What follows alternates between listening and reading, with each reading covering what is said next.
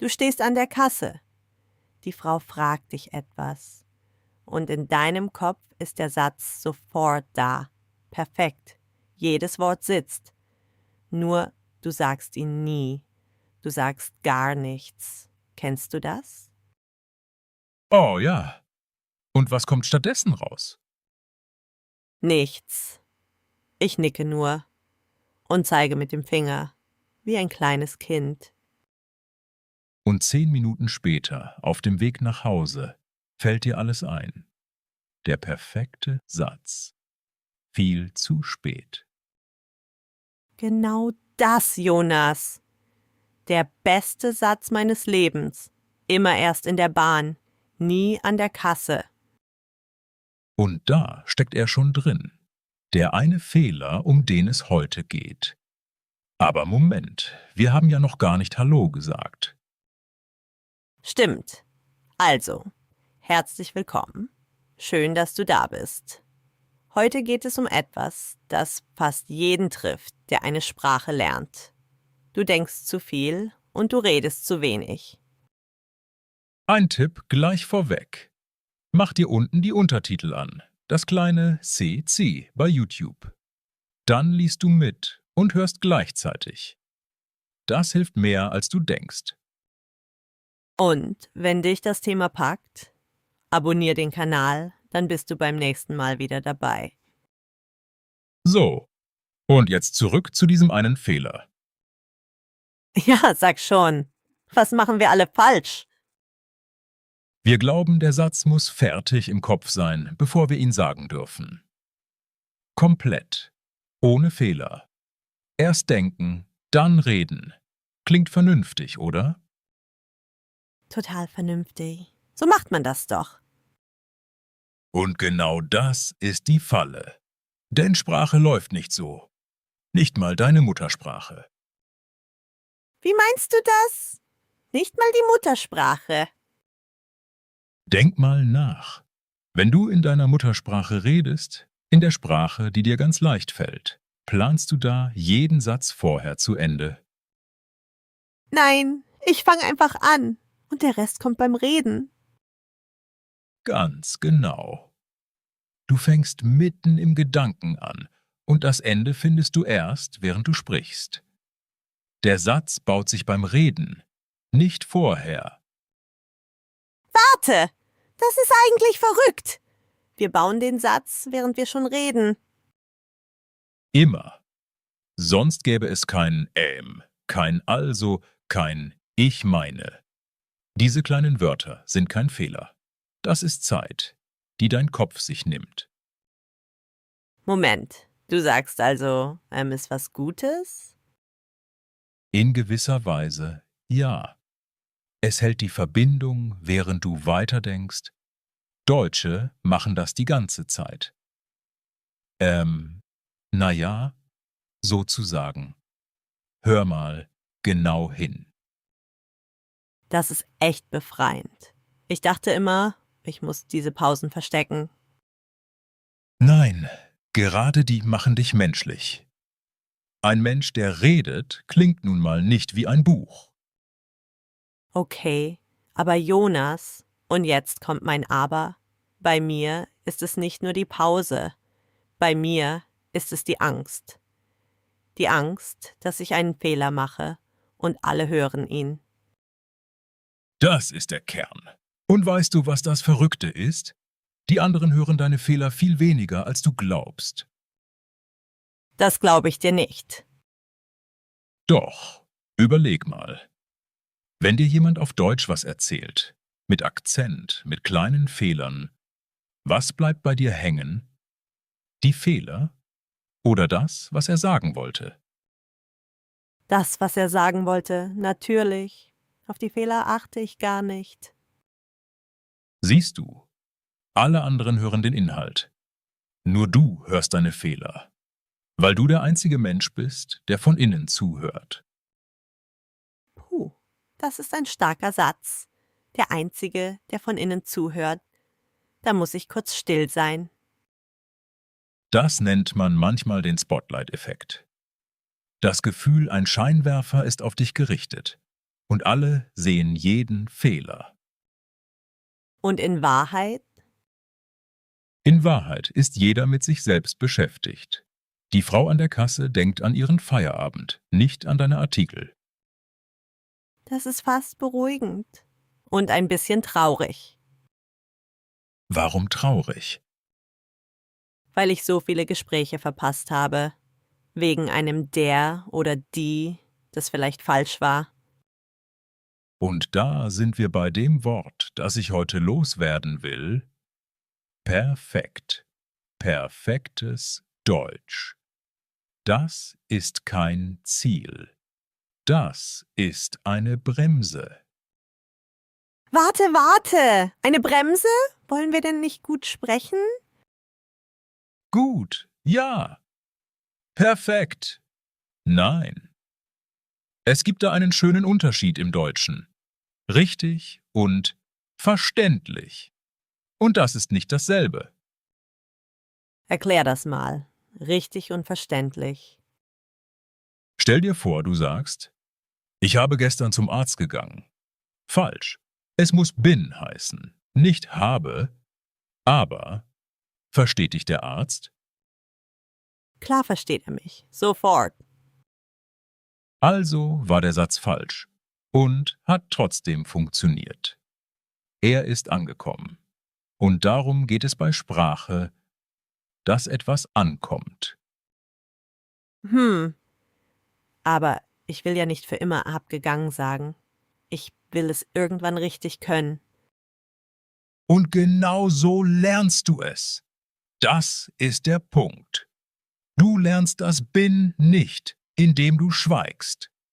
Du lernst es, indem du redest, es falsch machst. Und beim nächsten Mal fühlt sich das Habe plötzlich komisch an. Es fühlt sich komisch an. Das ist ein interessantes Wort. Nicht ich weiß es, sondern es fühlt sich falsch an. Genau das ist echtes Sprachgefühl. Ein Wort, das jeder Deutschlerner kennen sollte. Das Sprachgefühl. Wenn ein Satz sich richtig oder falsch anfühlt, ohne dass du die Regel nachschlägst.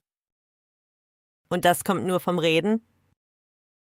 Vom Reden, vom Hören, von viel Kontakt. Nie vom stillen Nachdenken allein. Regeln lernst du im Kopf. Sprachgefühl lernst du im Mund.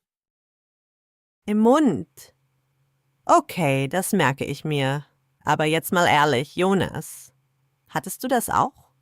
Dieses Schweigen? Oh, und wie? Als ich hier ankam, ging es mir mit dem Deutschen erstmal genauso. Und später, im Urlaub, habe ich Italienisch versucht und war wieder, genau wie du, an der Kasse. Erzähl, das will ich hören. Ich saß in einem kleinen Café, irgendwo im Süden. Ich wollte einen Kaffee bestellen. Nur einen Kaffee.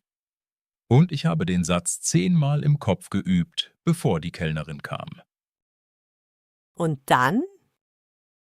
Dann kam sie. Und ich habe auf die Karte gezeigt. Wieder mit dem Finger. Nach 10-mal üben. Nein! Du auch mit dem Finger? Dann haben wir beide nur gezeigt, statt zu reden.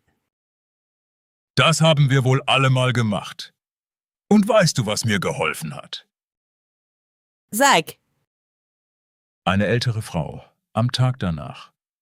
Ich habe wieder gestottert. Und sie hat einfach gelächelt und gewartet. Ganz ruhig. Sie hatte keine Eile.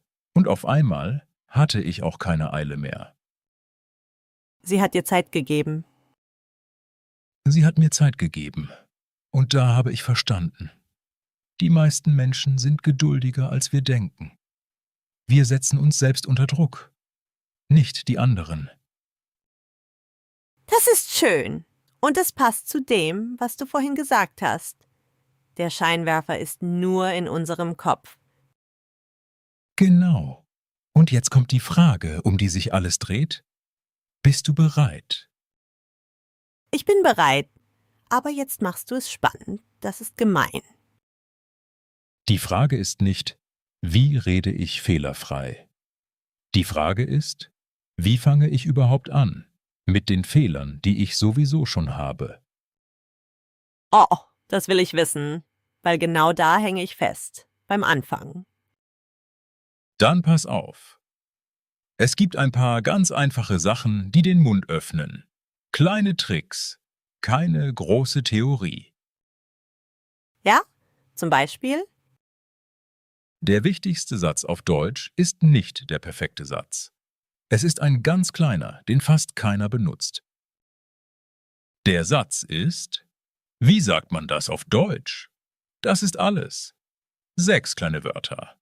Aber die meisten sagen sie nie. Warte, das ist der große Geheimsatz? Den lernt man doch am ersten Tag. Man lernt ihn, ja, aber man benutzt ihn nicht. Weißt du, was die Leute stattdessen machen, wenn ihnen ein Wort fehlt? Sie schweigen? Genau. Sie machen den Mund zu. Das eine Wort fehlt. Und der ganze Satz stoppt. Und der ganze Mensch dazu. Okay, das kenne ich. Zu gut sogar. Aber wer fragt, wie sagt man das? Der bleibt drin. Er gibt dem anderen eine Aufgabe. Und plötzlich reden 2 Leute zusammen an einem Problem. Das verbindet. Das stimmt eigentlich. Wenn mich jemand nach einem Wort fragt, finde ich das nie peinlich. Ich helfe gern. Siehst du, der Fehler ist nur in deinem Kopf. Für den anderen bist du jemand, der es versucht. Und das ist sympathisch. Aber Jonas, mal ehrlich, in dem Moment fühlt es sich nicht sympathisch an. Es fühlt sich an wie nackt. Alle schauen. Ich weiß. Und dazu muss ich dir jetzt was erzählen. Etwas, das ich lange keinem erzählt habe. Oh, jetzt wird es ernst.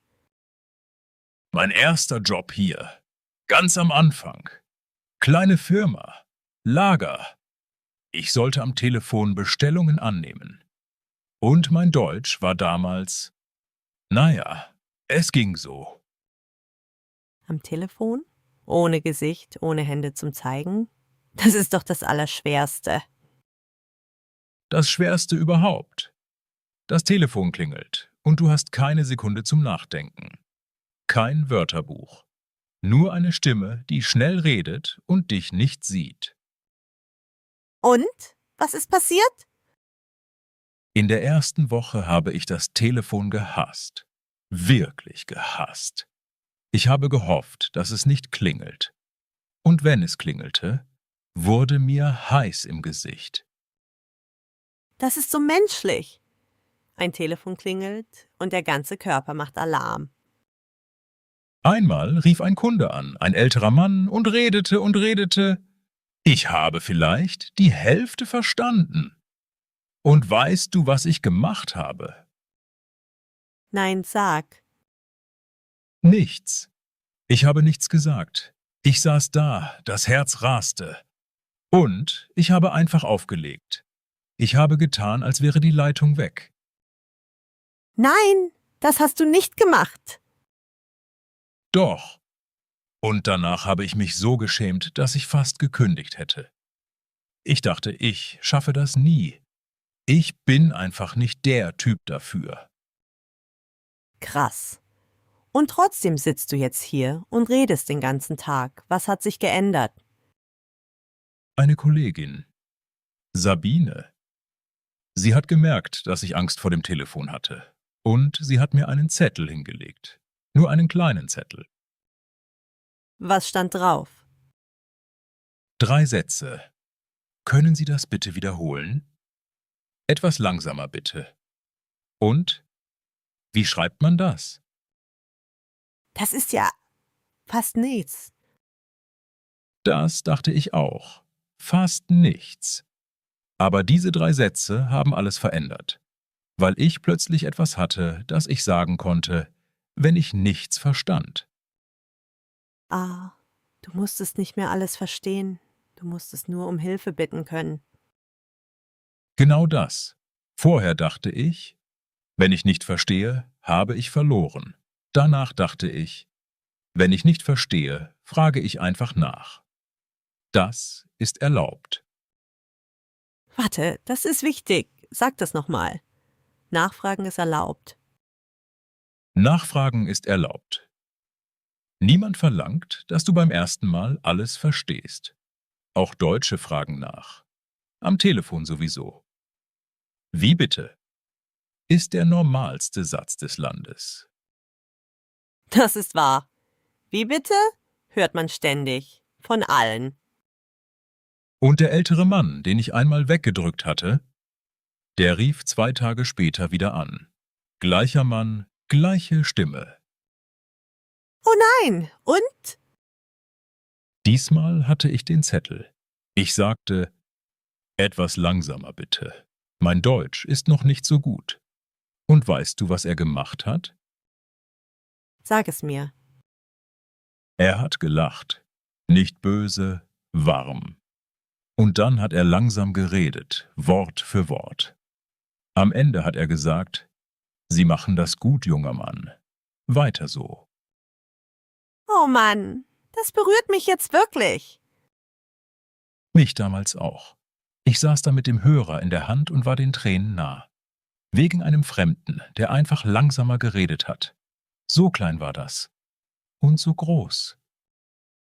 Weil du gedacht hattest, alle warten nur auf deinen Fehler. Und in Wahrheit wollte der Mann dir helfen. Genau. Das ist die große Lüge in unserem Kopf. Wir denken, die anderen sind Richter. Dabei sind die meisten einfach Menschen, denen auch schon mal geholfen wurde. Aber Jonas, sei fair. Es gibt auch die anderen, die genervt seufzen, die Augen verdrehen. Die gibt es. Die gibt es. Ich sage nicht, dass alle nett sind. Manche haben einen schlechten Tag, manche sind einfach unfreundlich.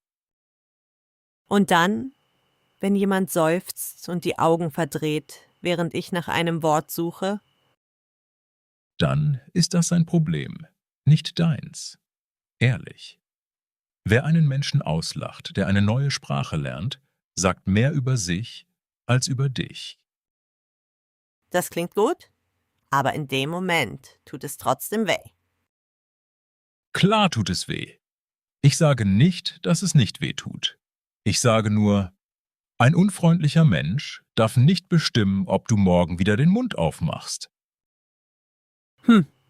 Ein unfreundlicher Mensch darf nicht bestimmen, ob ich morgen wieder rede. Das schreibe ich mir auf. Und weißt du was? Auf einen, der die Augen verdreht, kommen viel mehr, die sich freuen, dass du es versuchst. Wir merken uns nur den einen. Das ist das Problem. Ja, der eine böse Blick bleibt hängen und die vielen freundlichen vergessen wir sofort. Warum machen wir das? Ich glaube, unser Kopf achtet einfach mehr auf Gefahr als auf Freude. Früher hat uns das geschützt. Heute macht es uns nur das Leben schwer. Der böse Blick fühlt sich wichtiger an, als er ist. Also muss ich mir die vielen Guten aktiv merken. Genau. Abends mal überlegen, wer war heute nett zu mir? Wer hat gewartet? Wer hat gelächelt? Du wirst überrascht sein, wie viele das sind.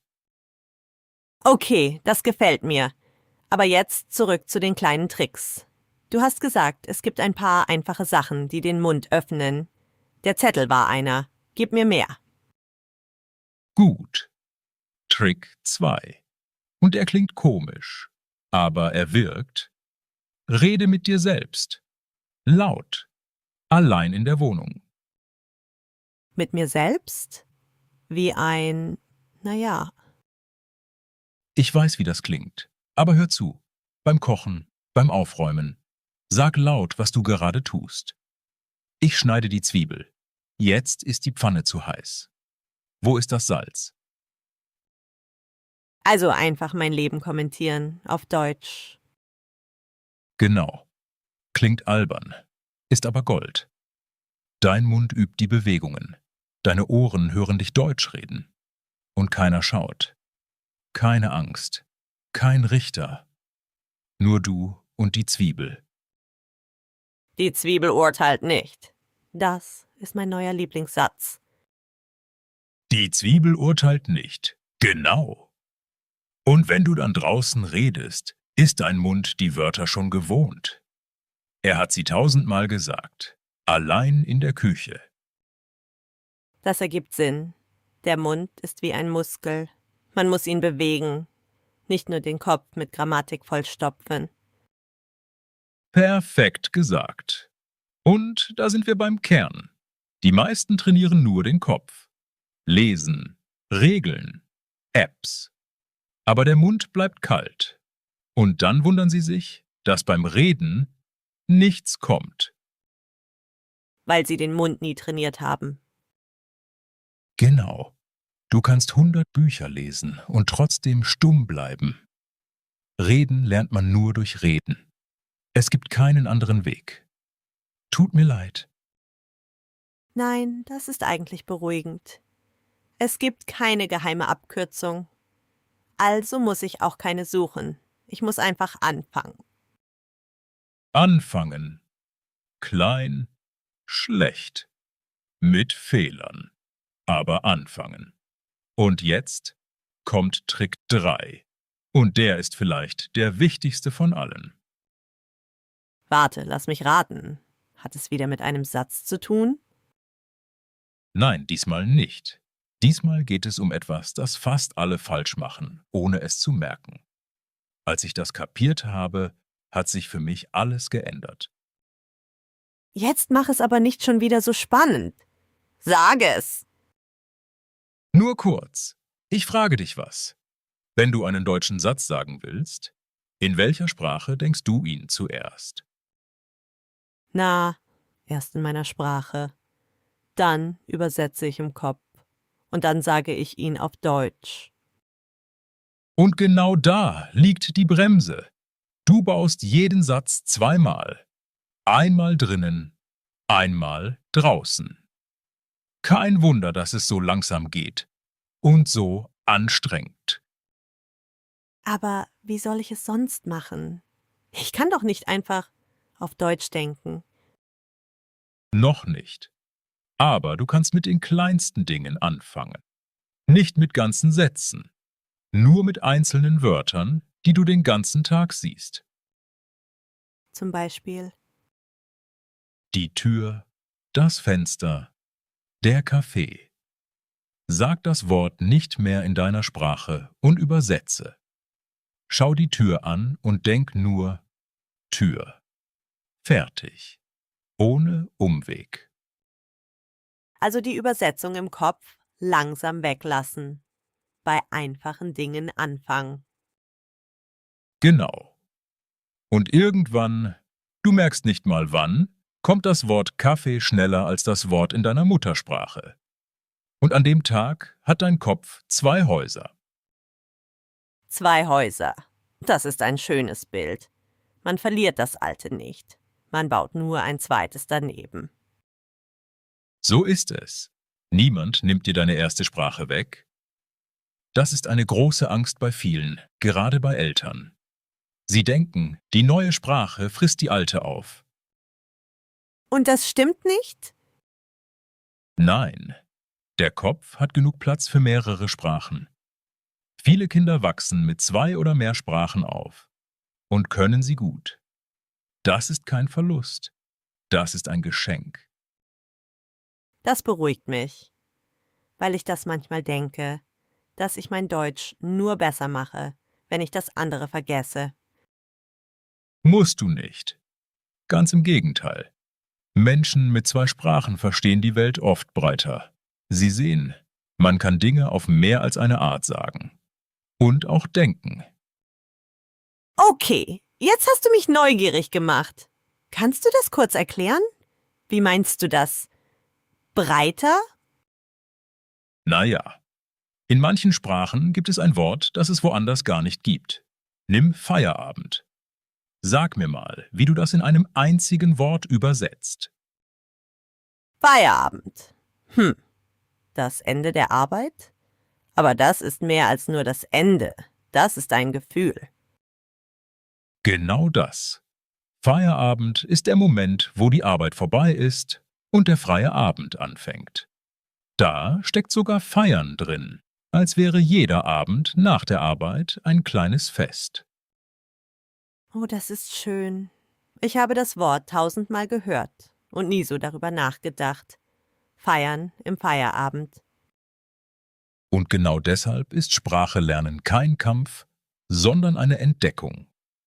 Jedes Wort ist ein kleines Fenster in eine andere Denkweise.